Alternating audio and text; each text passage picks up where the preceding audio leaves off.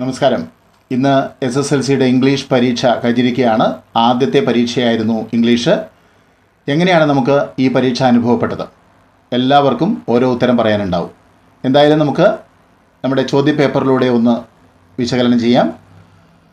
ആദ്യത്തെ 1 മുതൽ 5 വരെയുള്ള ചോദ്യം നമ്മുടെ ചോദ്യപേപ്പറിൽ കാണുന്നത് ഒരു പാസേജ് തന്നിട്ട് അതിൻ്റെ താഴെയുള്ള ചോദ്യങ്ങൾക്ക് ഉത്തരം എഴുതുക എന്ന പതിവ് ചോദ്യം തന്നെയാണ്. Adventures in a banyan tree എന്ന പാഠത്തിലെ ഒരു പാസേജാണ് തന്നിരിക്കുന്നത്. അതിൻ്റെ താഴെ 5 ചോദ്യങ്ങളുണ്ട്. ഈ 5 ചോദ്യങ്ങളിൽ ആദ്യത്തെ ചോദ്യം where did the boy build the platform എന്നാണ്. അതിന് എന്താണ് നമുക്ക് ഉത്തരം എഴുതാൻ പറ്റുക? തുടക്കത്തിൽ തന്നെ പറഞ്ഞിട്ടുണ്ട്, half way up the tree I had built a small platform എന്നാണ് ആ പാസേജ് തുടങ്ങുന്നത്. അതുകൊണ്ട് നമുക്ക് വളരെ ലഘുവായിട്ട് half way up a tree എന്ന് മാത്രമേ അതിൻ്റെ ഉത്തരം പറയാനുള്ളൂ. അടുത്ത ചോദ്യം വന്നിരിക്കുന്നത് why did the grand father grumble at the Indian marigolds എന്നതാണ്. ഈ പാസേജ് മുഴുവൻ വായിച്ചവർക്ക് ഈ ഒരു ഉത്തരം കാണാൻ വേണ്ടി കഴിയും. Marigolds insisted on springing up all over his English garden എന്നൊരു ഉത്തരമാണ് നമുക്കവിടെ എഴുതാൻ പറ്റുക. അതുകൊണ്ടാണ് ഗ്രാൻഡ് ഫാദർ അതിനോട് ഗ്രംബിൾ ചെയ്യുന്നത് എന്ന് അർത്ഥമാകും. അടുത്തത് what do we infer about the boy's hobby from the passage. ഈ പാസേജ് വായിച്ച് നോക്കുമ്പോൾ ബോയിയുടെ ഹോബി എന്താണ് എന്നാണ് നമുക്ക് മനസ്സിലാകുന്നത്. തീർച്ചയായിട്ടും നമുക്കറിയാം, ഇവിടെ ഒരുപാട് പുസ്തകങ്ങൾ, treasure island, Huckleberry fin, Mowgli stories എന്നിങ്ങനെ ഒരുപാട് പുസ്തകങ്ങൾ എടുത്തിട്ട് മരത്തിൻ്റെ മുകളിലേക്ക് ചെന്നിരുന്ന് വായിക്കുക എന്നുള്ളതാണ് അവൻ്റെ ശീലം.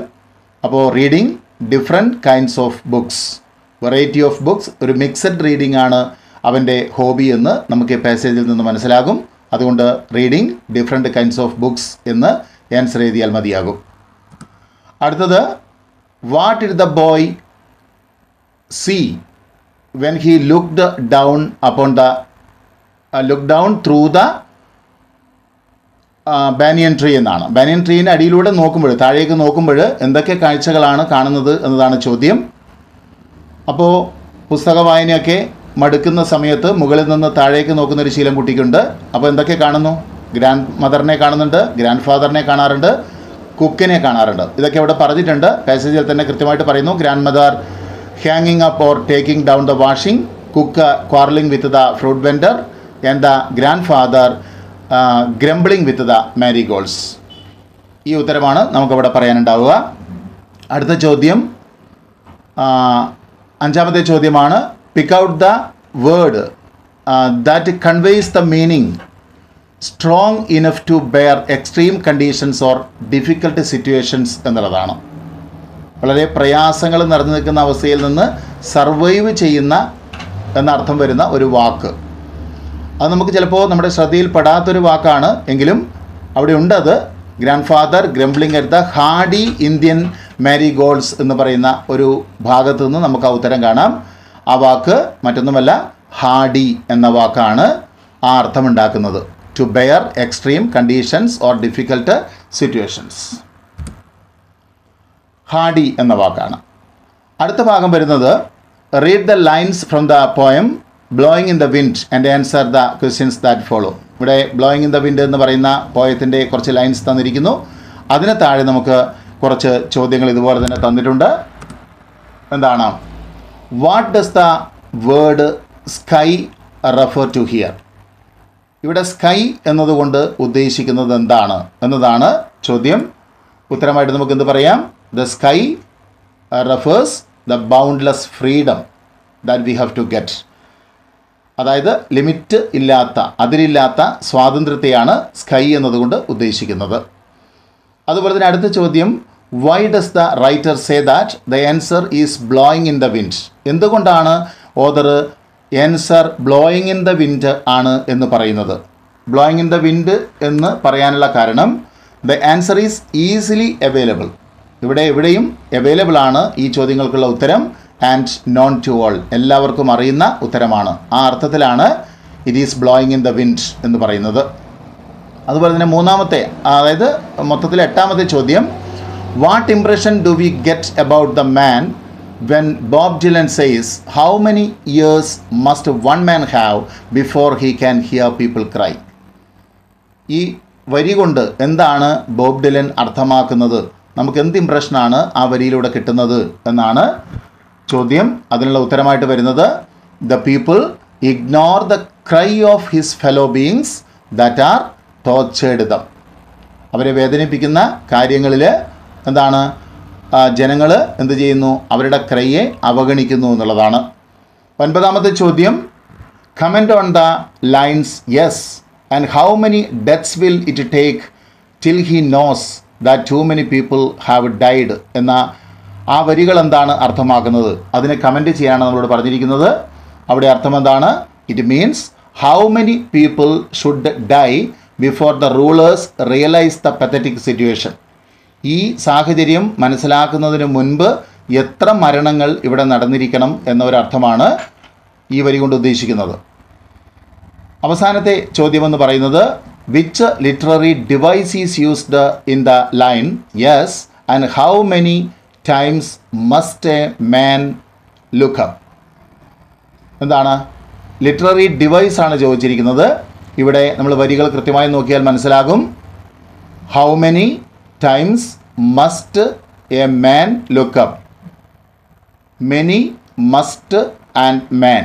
എം എന്നുള്ള അക്ഷരം റിപ്പീറ്റ് ചെയ്ത് വന്നിരിക്കുകയാണ്, തുടർച്ചയായ വാക്കുകളിൽ വന്നിരിക്കുകയാണ്. അതുകൊണ്ട് ഇവിടെ ലിറ്റററി ഡിവൈസായിട്ട് പറയുന്നത് അലിട്രേഷനാണ്. അതായത് repeating of the consonant sound is alliteration. 11ാമത്തെ ചോദ്യം ഒരു അപ്രീസിയേഷൻ ആണ്. Read the following lines from the poem lines written in early spring and prepare an appreciation focusing on its theme imagery and poetic devices എന്ന് പറഞ്ഞിരിക്കുന്നു. ഇവിടെ കൊടുത്തിരിക്കുന്ന poetic devices, imagery, അതിൻ്റെ theme ഒക്കെ ഉൾപ്പെടുത്തിക്കൊണ്ട് നമ്മളൊരു അപ്രീസിയേഷൻ, ഈ പറയുന്ന lines written in early spring എന്ന പദ്യത്തിൻ്റെ ഈ വരികൾക്കുള്ള ഒരു അപ്രീസിയേഷൻ തയ്യാറാക്കാനാണ് പറഞ്ഞിരിക്കുന്നത്. തീർച്ചയായും നമുക്ക് അപ്രീസിയേഷൻ നമ്മൾ പഠിച്ചിട്ടുണ്ടാകും. The poem lines written in early spring is a poem by the well known nature poet William Wordsworth എന്ന് പറഞ്ഞ് നമുക്ക് അതിൻ്റെ അപ്രീസിയേഷൻ ആരംഭിക്കാം. അതിനുശേഷം നമുക്ക് ഈ വരികളിൽ ഉൾപ്പെടുന്ന ചില പോയറ്റിക് ഡിവൈസസ് ഒക്കെ നമ്മൾ തീർച്ചയായിട്ടും ഇവിടെ കൊടുത്തിട്ടുണ്ട്. ഈ ഭാഗം നിങ്ങൾ പിന്നീട് പരിശോധിച്ച് കഴിഞ്ഞാൽ നിങ്ങൾക്ക് കൃത്യമായിട്ട് മനസ്സിലാകും.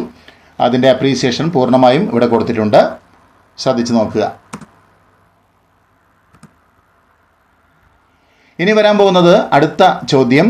ഒരു അനോണിമസ് പാസേജ് നമുക്ക് തന്നിട്ടുണ്ട്. ഈ അനോണിമസ് പാസേജിന് താഴെയുള്ള 12 മുതൽ 16 വരെയുള്ള ചോദ്യങ്ങൾക്ക് ഉത്തരം എഴുതുക എന്നുള്ളതാണ്. ഇതിൽ ആദ്യത്തെ ചോദ്യമെന്ന് പറയുന്നത് ഈ പാസേജ് വായിച്ചു കഴിഞ്ഞവർക്ക് കൃത്യമായിട്ട് ഈ ഉത്തരം കണ്ടെത്താൻ കഴിയും. Where did Sara discover the magical library എന്നൊരു ചോദ്യമാണ് ഈ പാസേജിൽ നിന്ന് വായിച്ചു കഴിഞ്ഞവർക്ക് നമുക്ക് ചോദിക്കാൻ പറ്റുന്നത്. ആ ചോദ്യത്തിന് ഉത്തരമായിട്ട് അവിടെ നമുക്ക് കാണാൻ പറ്റും വളരെ കൃത്യമായിട്ട് ദ മാജിക്കൽ ലൈബ്രറി എവിടെയാണ് സാറയ്ക്ക് കണ്ടെത്താൻ കഴിയുന്നത് എന്നാണ്. കൃത്യമായി അതിനുള്ള ഉത്തരമുണ്ട്. In the heart of the city എന്ന് കാണുന്നുണ്ട്. അതുപോലെ തന്നെ who is the librarian of the magical library എന്ന് പറയുന്നു. അവിടെ കൃത്യമായിട്ട് ദ ലൈബ്രേറിയൻ മിസ് അപർണതി എന്ന് പറയുന്ന ഒരു പേരവിടെ കാണുന്നുണ്ട്. അപർണതി എന്ന് പറയുന്ന പേര് തന്നെ ഇവിടെ ഉള്ളത് കൊണ്ട് നമുക്ക് വളരെ കൃത്യമായിട്ട് അത് പറയാൻ വേണ്ടി കഴിയും. അടുത്ത ചോദ്യം വരുന്നത് what is A special about the books in the library എന്നാണ്. ഈ ലൈബ്രറിയിലുള്ള പുസ്തകത്തിൻ്റെ പ്രത്യേകത എന്താണെന്ന് പറയുന്നു. അവിടെ നമുക്ക് കാണാൻ പറ്റും എൻചാൻറ്റഡ് ബുക്സ് ആണ്, മാജിക്കൽ ബുക്സ് ആണ് എന്നുള്ളൊരു വാക്ക് മാത്രം എഴുതിയാൽ തന്നെ അതിൻ്റെ ഉത്തരമായിട്ട് വരും. കൂടുതൽ വിശദീകരിക്കേണ്ട കാര്യമൊന്നുമില്ല. How did the library have an impact on Sara's life എന്ന് ചോദിക്കുന്ന ഒരു ചോദ്യമുണ്ട്. എന്താണ് ആ ചോദ്യത്തിൽ നമുക്ക് അവിടെ തന്നെ ഉത്തരം കൃത്യമായിട്ട് കാണുന്നുണ്ട്. The stories came alive and she felt herself soaring through the skies exploring എന്നൊക്കെ പറയുന്ന വരികൾ അതാതുപോലെ നമുക്ക് അങ്ങനെ തന്നെ കട്ട് ചെയ്തിട്ട് എടുക്കാൻ പറ്റുന്ന ചില വരികൾ അതിൻ്റെ അകത്ത് കാണും. കൃത്യമായിട്ട് വായിച്ച് നോക്കിയാൽ മനസ്സിലാകും. What happened when Sara delved into the pages of the books എന്ന് പറയുമ്പോൾ അതും ആ വരികളിൽ തന്നെ നമുക്ക് കാണാൻ വേണ്ടി കഴിയുന്നുണ്ട്. Sara delved into the pages she found herself amidst എന്ന് പറയുന്ന ആ സെൻറ്റൻസ് പൂർണ്ണമായും അവിടെ എഴുതി വെച്ചാൽ അതിൻ്റെ ഉത്തരമായിട്ട് നമുക്ക് കിട്ടും. ഇനി 17 മുതൽ 17-18 ചോദ്യങ്ങൾ. Answer any one of the following എന്നാണ്. ഏതെങ്കിലും ഒന്നിന് മാത്രമേ നമ്മൾ ഉത്തരം എഴുതേണ്ടതുള്ളൂ. അതിൽ the story snake and the mirror is about A frightening incident narrated with a dash of humour എന്ന് പറയുന്നു. The author has made use of certain striking contrast in the story to bring about humour കൊണ്ടുവരാൻ വേണ്ടിയിട്ട് Vaikom Muhammad Basheer author ഇവിടെ കൊണ്ടുവന്നിരിക്കുന്ന പോയിന്റുകൾ എന്തൊക്കെയാണെന്നാണ് ചോദിക്കുന്നത്. അതൊക്കെ വെച്ചിട്ട് നമ്മളൊരു റൈറ്റപ്പ് തയ്യാറാക്കാൻ വേണ്ടി പറഞ്ഞിരിക്കുകയാണ്. റൈറ്റപ്പ് എന്ന് പറയുമ്പോൾ തീർച്ചയായിട്ടും നമ്മൾ അതിനൊരു ഹെഡിങ്, എന്തിനെക്കുറിച്ചാണ് നമ്മൾ എഴുതുന്നത് എന്ന് ഒരു ഹെഡിങ് തീർച്ചയായിട്ടും ദ ഹ്യൂമർ ആയിട്ട് ബന്ധപ്പെട്ടൊരു ഹെഡിങ് വേണം. പിന്നീട് ഹോമിയോപ്പത് അവിടെ ഹിൻസ് കൊടുത്തതിനെ നമുക്ക് മനസ്സിലാകും. Admires himself, dreams about future, decides to keep an attractive smile. അവിടെ ഒരുപാട് സംഭവങ്ങൾ ഇങ്ങനെ ഹാസ്യരൂപത്തിൽ വിശദീകരിക്കുന്നുണ്ട്. പാമ്പ് ചുറ്റി വളഞ്ഞ് കിടക്കുന്നതും അതുപോലെ തന്നെ ആറ്റിറ്റ്യൂഡിലുള്ള ചേഞ്ചസ്, ഇതൊക്കെ സ്വന്തം ആ ഒരു വിഡ്ഢിയായിട്ട് ചിത്രീകരിക്കുന്ന വൈക്കം മുഹമ്മദ് ബഷീറിൻ്റെ ആ കാര്യങ്ങളും പാമ്പിൻ്റെ ചില രസകരമായ മുഹൂർത്തങ്ങളൊക്കെ അവിടെ പറയുന്നുണ്ട്. അപ്പോൾ ഇതൊക്കെ വെച്ചിട്ട് ഹോമിയോപ്പതിൻ്റെ തമാശകളൊക്കെ നിറഞ്ഞ രീതികളൊക്കെ വെച്ചിട്ട് നമുക്കതിനകത്തുള്ള ഹ്യൂമറിനെ വിശദീകരിച്ചുകൊണ്ട് നമുക്ക് ഒരു റൈറ്റപ്പ് തയ്യാറാക്കാൻ വേണ്ടി കഴിയും. റൈറ്റപ്പിൻ്റെ ഒരു മോഡൽ കൃത്യമായിട്ട് നമ്മൾ ശ്രദ്ധിക്കണം. ഒരു ഹെഡിങ് നിർബന്ധമായിട്ട് വേണം. അതിനുശേഷം അതിൽ പറയുന്ന ഹ്യൂമറസ് സിറ്റുവേഷൻ നമ്മൾ വിശദീകരിക്കുന്നതാണ് റൈറ്റപ്പ്.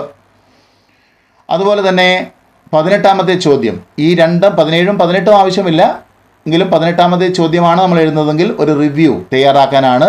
അതൊരു അവലോകനമാണ്. അവിടെ പറഞ്ഞിരിക്കുന്നത് Majeed is able to provide A very nuanced perspective of the Iranian life in the film My Sister's Shoe, which poignantly captures the story of an impoverished family. അതിനെക്കുറിച്ചാണ് prepare A review of the film focusing on the theme, setting, characters and the performance. അതിനുള്ള ഹിൻസൊക്കെ കൃത്യമായിട്ട് അവിടെ കൊടുത്തിട്ടുണ്ട്. എന്തൊക്കെ ഭാഗങ്ങൾ നമ്മുടെ അതിനകത്ത് ഉൾപ്പെടുത്തണമെന്നുള്ള കാര്യം പറഞ്ഞിട്ടുണ്ട്.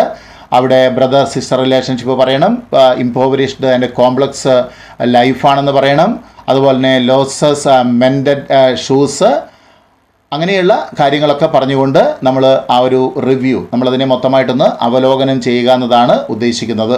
ഈ റിവ്യൂ എഴുതുമ്പോൾ നമ്മൾ പ്രത്യേകിച്ച് ഹെഡിങ്ങൊന്നും കൊടുക്കേണ്ട ആവശ്യമില്ല. പക്ഷേ പരീക്ഷയ്ക്ക് നമ്മൾ എഴുതുന്നത് review of Majidi's story the sisters shoe എന്ന് വേണമെങ്കിൽ നമുക്ക് ഒരു ടൈറ്റിലായിട്ട് കൊടുക്കാമെന്ന് മാത്രം. പ്രത്യേകിച്ചൊരു ആപ്റ്റ് ഹെഡിങ് ആയിട്ടൊന്നും കൊടുക്കേണ്ട ആവശ്യമില്ല റിവ്യൂവിന്. പിന്നെ വരുന്നത് 19 മുതൽ 21, 19, 20, 21 ചോദ്യങ്ങളാണ്. ആ 3 ചോദ്യങ്ങളിൽ answer any 2 of the following എന്നാണ് പറഞ്ഞിരിക്കുന്നത്. ഏതെങ്കിലും 2 എണ്ണത്തിന് മാത്രമേ ഉത്തരം എഴുതേണ്ടതുള്ളൂ. അതിൽ നമ്മൾ സാധാരണ പറയുന്ന ഒരു നോട്ടീസാണ് ആദ്യത്തേത്. The Film Club of your school announces a special film festival paying tribute to the works of 2 iconic directors. 2 ഡയറക്ടേഴ്സിനെ, ശ്രദ്ധേയരായ 2 ഡയറക്ടേഴ്സിനെ അവിടെ പരിചയപ്പെടുത്തുന്നു. Satyajit Ray, the master of Indian cinema, and Majid Majidi, the celebrated Iranian story teller, featuring, അങ്ങനെയുള്ള കാര്യങ്ങൾ അദ്ദേഹത്തെക്കുറിച്ച് പറയുന്നുണ്ട്. Prepare a notice inviting every one to the film festival. ഒരു film festival നടത്തുന്ന school ക്ലബിൻ്റെ കാര്യമാണ് നമ്മൾ നോട്ടീസായിട്ട് കൊടുക്കേണ്ടത്. അപ്പോൾ സ്കൂൾ ക്ലബ്ബ്, സ്കൂളിൻ്റെ പേര്, സ്കൂൾ ക്ലബിന് പേരുണ്ടെങ്കിൽ അത്, അതിനുശേഷം നോട്ടീസിൻ്റെ ഫോമാറ്റായിട്ട് എല്ലാവരെയും ക്ഷണിച്ചുകൊണ്ടുള്ള ഒരു സല്യൂട്ടേഷൻ വേണം. അതിനുശേഷം ആരൊക്കെയാണ് അതിഥികൾ എന്ന് പരാമർശിക്കണം. പിന്നീട് അതിൻ്റെ ടൈം എപ്പോഴാണ്, എവിടെ വെച്ചാണ് സംഭവം, അതായത് ഫിലിം ഫെസ്റ്റിവൽ നടക്കുന്നത്, വെന്യൂ ഏതാണെന്ന് പറയണം, ഡേറ്റ് പറയണം. ഇതൊക്കെ പറഞ്ഞുകൊണ്ടുള്ള, പിന്നെ അവസാനം ആരാണ് അതിൻ്റെ അതോറിറ്റി, ഫിലിം ഫെസ്റ്റിവലിൽ നടത്തുന്ന ക്ലബിൻ്റെ സെക്രട്ടറി ആണെങ്കിൽ സെക്രട്ടറി ആരാണ്, അത് ആ നോട്ടീസ് ഇഷ്യൂ ചെയ്യുന്നത്, ഇഷ്യൂവൻസ് ആരാണ്, അയാളുടെ പേര്, അല്ലെങ്കിൽ പേര് വേണമെന്നില്ല, ഡെസിഗ്നേഷൻ വെച്ചിട്ട് നമുക്ക് ആ നോട്ടീസ് അവസാനിപ്പിക്കാം. അതുപോലെ തന്നെ 2ാമത്തെ ചോദ്യം വരുന്നത്, Sara was quite shocked when she learned that Ali had lost her shoes. She jotted down the feelings in her diary. ഒരു ഡയറി റൈറ്റിംഗ് ആണ്. അലിക്ക് തൻ്റെ ഷൂ നഷ്ടപ്പെട്ടതിൽ സാറ ഷോക്ക്ഡ് ആവുന്നു. അത് അവൾക്കൊരു ഫീലിങ്സ് ഉണ്ടാകുന്നു, മനസ്സിൽ ഫീലിംഗ് ഉണ്ടാകുന്നു. അതിനെക്കുറിച്ച് ഒരു ഡയറി എൻട്രിയാണ്. ഡയറി എൻട്രിയും നമുക്ക് വലിയ പ്രയാസമുള്ള കാര്യമല്ല. നമുക്ക് date, time, date, day and time, ഇത് വെച്ചിട്ടാണ് നമ്മൾ ഡയറി എഴുതുക. നമുക്കതിൻ്റെ റൂൾസൊക്കെ നമ്മൾ പഠിച്ചിട്ടുണ്ടാകും. പരമാവധി നമ്മൾ നമ്മുടെ ഫീലിങ്സ് അതിനകത്തേക്ക് ഉൾപ്പെടുത്തുന്ന രീതിയിലുള്ള ചില സെൻറ്റൻസുകൾ ഉണ്ടാകണം. അതുപോലെ തന്നെ പാസ്റ്റ് ടെൻസിൽ കാര്യങ്ങൾ, കഴിഞ്ഞുപോയ കാര്യത്തെക്കുറിച്ച് ഓർത്തുകൊണ്ടുള്ള ഡയറി ആണെങ്കിൽ നമ്മൾ ആ കാര്യങ്ങൾ ഒക്കെ എഴുതണം. അങ്ങനെയാണ് ഡയറിയുടെ ഒരു ഫോമാറ്റ് വരുന്നത്. അതുപോലെ തന്നെ read the following passage and prepare 5 questions based on it. വളരെ എളുപ്പമുള്ളൊരു ചോദ്യമാണ് 21ാമത്തെ ചോദ്യം. ഈ നമ്മുടെ ടെക്സ്റ്റുമായി ബന്ധപ്പെട്ട in a village called Notun Gram we found a suitable bamboo grove. നമ്മുടെ ബാനിയൻ ട്രീ എന്ന് പറയുന്ന പാഠത്തിലുള്ള ഒരു പാസേജ് തന്നെയാണ്, ഒരു പാരഗ്രാഫ് തന്നെയാണ്. ആ പാരഗ്രാഫ് വളരെ എളുപ്പമുള്ളൊരു പാരഗ്രാഫാണ്. അത് വായിച്ചിട്ട് അതിനകത്ത് 5 ചോദ്യങ്ങൾ ഉണ്ടാക്കുക എന്ന് മാത്രമേ ഉള്ളൂ. ഈ പാസേജിൽ പറഞ്ഞിരിക്കുന്ന ഓരോ സെൻറ്റൻസും എടുത്തിട്ട് ആ സെൻറ്റൻസ് ഉത്തരമായി കിട്ടേണ്ട വിധത്തിൽ നമുക്ക് ഓരോ ചോദ്യങ്ങൾ ഉണ്ടാക്കുക. അങ്ങനെ 5 ചോദ്യങ്ങൾ ഉണ്ടാക്കാനാണ് പറഞ്ഞിരിക്കുന്നത്. വളരെ എളുപ്പമുള്ള ചോദ്യമാണ് 21ാമത്തേത്. ഇനി 22 മുതൽ 25 വരെ ചോദ്യങ്ങളിൽ ഏതെങ്കിലും 2 എണ്ണമാണ് എഴുതേണ്ടത്. അതിൽ ചോദിച്ചിരിക്കുന്ന adventures in a banyan tree recounts a 3 pivotal experiences that significantly shift our perspective on nature's diversity and its wonders. Prepare a narrative of the events in your own words. നമ്മുടെ സ്വന്തം വാക്കിലാണ് ഒരു നെറേറ്റീവ് തയ്യാറാക്കാൻ പറഞ്ഞിരിക്കുന്നത്. അത് adventures in a banyan ട്രീയുമായി ബന്ധപ്പെട്ടിട്ട് പ്രകൃതിയിലുള്ള അനുഭവങ്ങൾ, നമ്മുടെ കാഴ്ചപ്പാടുകളൊക്കെ വിശദീകരിച്ചു കൊണ്ടുള്ള ഒരു നെറേറ്റീവാണ്. ബാനിയൻ ട്രീയുമായി ബന്ധപ്പെടുമ്പോൾ നമുക്ക് കൃത്യമായിട്ട് അറിയാം ആ പ്രകൃതിയുമായി എത്രത്തോളം ബന്ധപ്പെട്ട് കിടക്കുന്നുണ്ട് ആ സ്റ്റോറി എന്നുള്ളത്. അതിൽ നിന്ന് നമുക്ക് നമ്മുടേതായ വേർഡ്സിൽ ഫസ്റ്റ് പേഴ്സണൽ നെറേറ്റീവായിട്ടാണ് അത് എഴുതേണ്ടത് എന്ന് വ്യക്തമാണ് നമ്മുടെ സ്വന്തം വാക്കിൽ ഉണ്ടാക്കാൻ പറഞ്ഞിരിക്കുമ്പോൾ. അതുപോലെ തന്നെ 2ാമത്തെ ചോദ്യം, അതിൽ 23 എന്ന് പറയുന്ന ചോദ്യം കാണുന്നത് mister Thorat the ring master in project tiger is shining example of resilience and determination. നല്ല ഉറച്ച തീരുമാനവും അദ്ദേഹത്തിൻ്റെ ശരീരത്തിൻ്റെ ദൃഢതയും ഒക്കെ അവിടെ പറയുന്നുണ്ട്. അങ്ങനെയുള്ള ഒരു വ്യക്തിയായ നമ്മുടെ തോററ്റ് പ്രൊജക്ട് ടൈഗർ എന്ന പാഠത്തിലെ റിംഗ് മാസ്റ്ററെ നമ്മൾ പരിചയപ്പെട്ടിട്ടുണ്ട്. അദ്ദേഹത്തിൻ്റെ ഒരു ക്യാരക്ടർ എന്താണ്? അദ്ദേഹം വളരെ സന്നദ്ധനായിട്ട് കടുവയെ ആവശ്യപ്പെട്ടപ്പോൾ അതിനെ എത്തിക്കുന്നതിന് വളരെ സന്നദ്ധനായിട്ട് പെരുമാറി. അതോടൊപ്പം വളരെ ഔപചാരികമായിട്ട് അവരോട് പെരുമാറിയിട്ടുണ്ട്. എല്ലാ തരത്തിലും വളരെ സജീവമായി ഇടപെടുന്ന തോററ്റിൻ്റെ ഒരു ക്യാരക്ടർ സ്കെച്ചാണ് നമുക്ക് ചോദിച്ചിരിക്കുന്നത്. ക്യാരക്ടർ സ്കെച്ച് ഓഫ് മിസ്റ്റർ തോററ്റ് എന്നാണ് ചോദ്യം. അദ്ദേഹത്തെക്കുറിച്ച് എഴുതാനാണ്, അദ്ദേഹത്തിൻ്റെ വ്യക്തിത്വത്തെക്കുറിച്ച് എഴുതാനാണ്. അദ്ദേഹം എങ്ങനെയുള്ള വ്യക്തിയാണ്, ഏത് രൂപത്തിലാണ് അദ്ദേഹത്തെ പരിചയപ്പെട്ടത്, അദ്ദേഹത്തെ കാണുമ്പോൾ എങ്ങനെയുള്ള രൂപമാണ്, അദ്ദേഹത്തിൻ്റെ ശരീരഘടന എഴുതാം, അദ്ദേഹത്തിൻ്റെ റെസ്പോൺസ് എങ്ങനെയാണ് ഈ കടുവയെ ആവശ്യപ്പെട്ടുണ്ടായിരുന്നത്, ഇതൊക്കെ കാര്യങ്ങളൊക്കെ നമുക്കതിനകത്ത് ഉൾപ്പെടുത്താം. അതുപോലെ തന്നെ 24ാമത്തെ ചോദ്യം എന്ന് പറയുന്നത് the homeopath was shocked to find that some thief had stolen most of his belongings. തൻ്റെ സാധന സാമഗ്രികളൊക്കെ കട്ടുകൊണ്ടുപോയ കള്ളന്മാരുടെ പ്രവൃത്തികളിൽ ഹോമിയോപത്ത് വളരെ ഞെട്ടലോടുകൂടി കാണുന്ന ഒരു കാഴ്ചയാണ്. He lodged A complaint with the sub inspector of police about the burglary. അപ്പോൾ അതിനെക്കുറിച്ച് നമ്മളൊരു ആ കട്ടുകൊണ്ടുപോയ കാര്യത്തെക്കുറിച്ച് ഒരു പരാതി കൊടുക്കുകയാണ്. തീർച്ചയായിട്ടും സബ് ഇൻസ്പെക്ടർക്ക് ഒരു പരാതി കൊടുക്കുമെന്ന് പറഞ്ഞു കഴിഞ്ഞാൽ പ്രിപ്പയർ ദ ലൈക്ലി ലെറ്റർ എന്ന് പറഞ്ഞാൽ ലെറ്റർ എങ്ങനെയായിരിക്കണം? ഒരു ഒഫീഷ്യൽ ലെറ്റർ ആയിരിക്കണം. ഒഫീഷ്യൽ ലെറ്ററിൻ്റെ ഫോമാറ്റും പേഴ്സണൽ ലെറ്ററിൻ്റെ ഫോമാറ്റും ഒക്കെ എല്ലാവരും പഠിച്ചിട്ടുണ്ടാവും. ഒഫീഷ്യൽ ലെറ്റർ എന്ന് പറയുമ്പോൾ നമുക്കതിനകത്ത് ഡെസിഗ്നേഷൻ, അവിടെ പേര് വെക്കാതെ നമ്മൾ ലെഫ്റ്റ് സൈഡിൽ നമ്മൾ എന്ത് ചെയ്യുന്നു, നമ്മുടെ അഡ്രസ്സ് ഓഫ് ദ റൈറ്റർ അതാണ് ആദ്യം എഴുതുക. പിന്നെ ഡേറ്റും ഒക്കെ എഴുതും. അതിനുശേഷം നമ്മൾ ആർക്കാണോ എഴുതേണ്ടത് ആ ടു അഡ്രസ്സാണ്, ആർക്കാണോ ലെറ്റർ കിട്ടേണ്ടത് അവരുടെ അഡ്രസ്സ് വെക്കും. അതിനുശേഷം സല്യൂട്ടേഷൻ, അഭിസംബോധന രീതി ഉണ്ടാവും. പിന്നെ എന്തിനെക്കുറിച്ചാണ് എഴുതുന്നത്, ഒരു സബ്ജക്റ്റ് പറയും എന്താണെന്നുള്ളത്. അതിനുശേഷം ആരാണ് ഇത് എഴുതുന്നത് എന്ന് പരിചയപ്പെടുത്തിക്കൊണ്ടാണ് ആ ഒരു 3 പാരഗ്രാഫ്, അതായത് body of the letter can be divided into 3 എന്നാണ്. ആദ്യത്തേത് ഇൻട്രൊഡക്ടറി പാരഗ്രാഫാണ്. അതിൽ സ്വയം പരിചയപ്പെടുത്തുന്നു.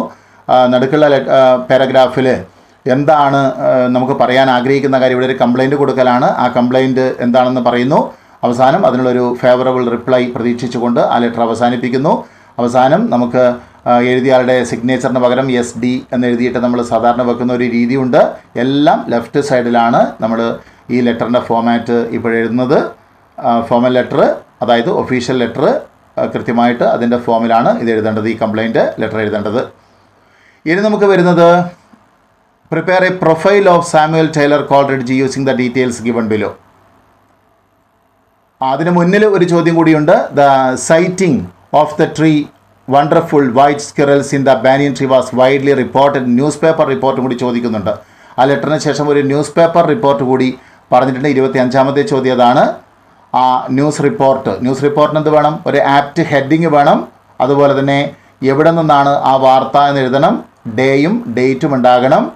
നമുക്ക് ഒരു റിപ്പോർട്ടിംഗ് സ്റ്റൈല് നമുക്കറിയാം.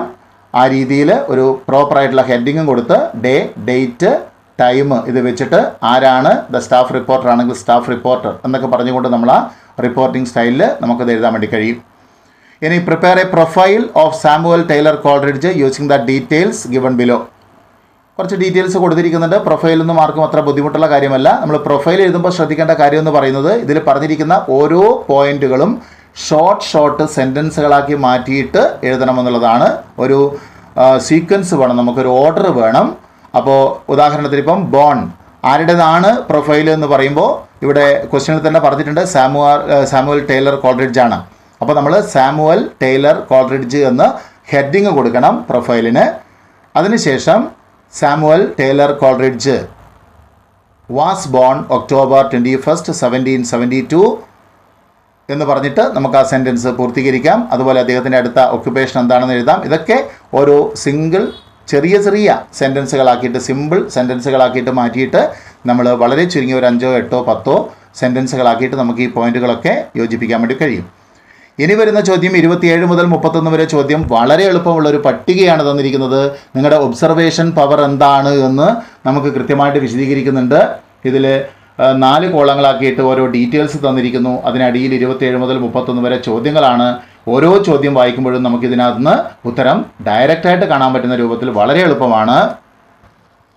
ഫസ്റ്റ് ക്വസ്റ്റ്യൻ ഇതാണ്. Which is the oldest painting listed in the table എന്നാണ്. പെയിൻറ്റിങ്ങിനെ കുറിച്ചുള്ള ഒരു ടേബിളാണ്. അതിൽ ഏറ്റവും ഓൾഡസ്റ്റ് ആയിട്ടുള്ള പെയിൻറ്റിങ് നമുക്ക് അത് കാണണമെങ്കിൽ നമുക്ക് വർഷം നോക്കിയാൽ മതി. 1937 ആണ് ഏറ്റവും മുന്നേയുള്ള വർഷം ഇവിടെ കാണുന്നത്. അതുകൊണ്ട് അതിന് നേരെയുള്ള പെയിൻറ്റിങ് ഏതാണ്?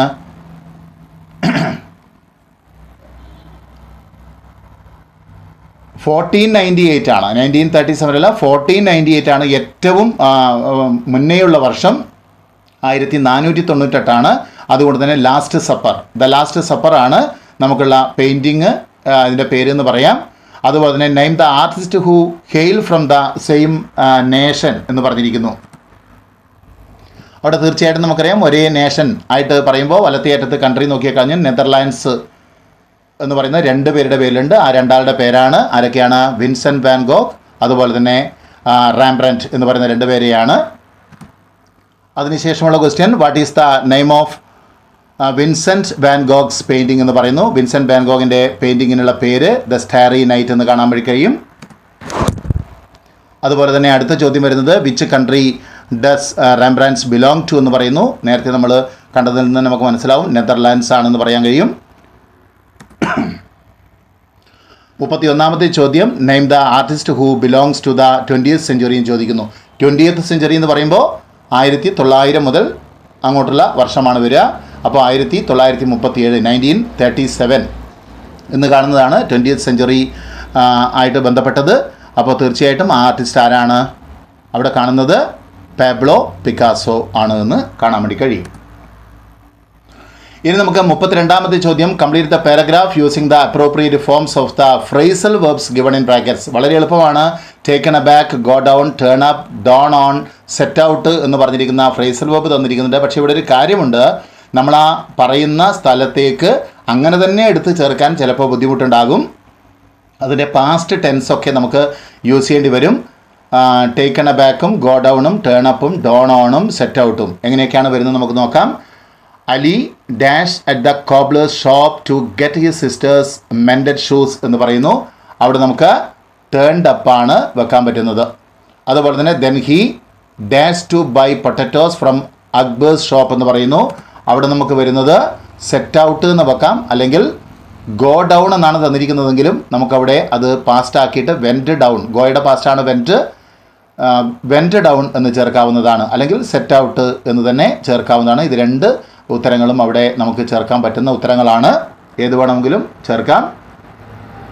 അടുത്ത വിട്ട ഭാഗത്ത് നമുക്ക് soon it dawned on him, dawn on എന്ന് മാത്രമേ നമുക്ക് തന്ന ഉത്തരങ്ങളിലുള്ളൂ. അവിടെ ഡോണ്ട് ഓൺ എന്നാക്കിയിട്ട് എഴുതണം. അതാണ് കറക്റ്റായിട്ട് വരിക. അതുപോലെ തന്നെ അവസാനത്തേത് ടേക്കൺ അബാക്ക് എന്നതാണ് ശരിയായ ഉത്തരം. അപ്പോൾ ഈ ഉത്തരങ്ങൾ കൃത്യമായിട്ട് dawn down, taken aback, set out or went down, turned up ഇത് കൃത്യമായിട്ട് എഴുതിയവർക്ക് ഇതിൻ്റെ പൂർണ്ണമായ മാർക്ക് ലഭിക്കും, 4 മാർക്ക് ലഭിക്കും. ചിലർ ഇതേപോലെ തന്നെ അവിടെ എഴുതി വെച്ചിട്ടുണ്ടാകും, അത് നിങ്ങളുടെ ഭാഗ്യം പോലെ ഇരിക്കും അതിനുള്ള മാർക്ക് കിട്ടുന്നത്. ഇനി അടുത്ത ചോദ്യം വരുന്നത് 33ാമത്തേത്. Edit the passage given below, there is are underlines. Underline ചെയ്തിട്ട് കുറച്ച് തെറ്റുകൾ ഇവിടെ ചൂണ്ടിക്കാണിച്ചിട്ടുണ്ട്. അവിടെ ശരിയായിട്ട് എങ്ങനെയാണ് വരേണ്ടത്? റോട്ട്, റിഫ്ലക്റ്റ്, സാഡൻസ്, റിയലൈസ്ഡ് ഈ 4 വാക്കുകളാണ് അണ്ടർലൈൻ ചെയ്ത് തന്നിരിക്കുന്നത്. അവിടെ മുന്നിലുള്ള ഭാഗം അതിൻ്റെ ടെൻസ് ഫോമൊക്കെ നോക്കിക്കഴിഞ്ഞാൽ നമുക്ക് ഓരോന്നിൻ്റെയും ഉത്തരം എങ്ങനെയാണ് വരിക എന്ന് മാത്രം ഞാൻ പറയാം. റൈറ്റ് എന്നതിന് പകരം റോട്ട് എന്നതിന് പകരം നമുക്കിവിടെ റിട്ടൺ എന്നാണ് എഴുതേണ്ടത്. അവിടെ റോട്ടാണുള്ളത്, അത് റിട്ടൺ എന്നാണ് വേണ്ടത്. റിഫ്ലക്റ്റ് എന്നതിന് പകരം അവിടെ സബ്ജക്റ്റ് സിംഗുലർ ഫോം ആയതുകൊണ്ട് റിഫ്ലക്റ്റ് എന്നതിന് പകരം നമുക്ക് റിഫ്ലക്ട്സ് എന്ന് വെക്കണം.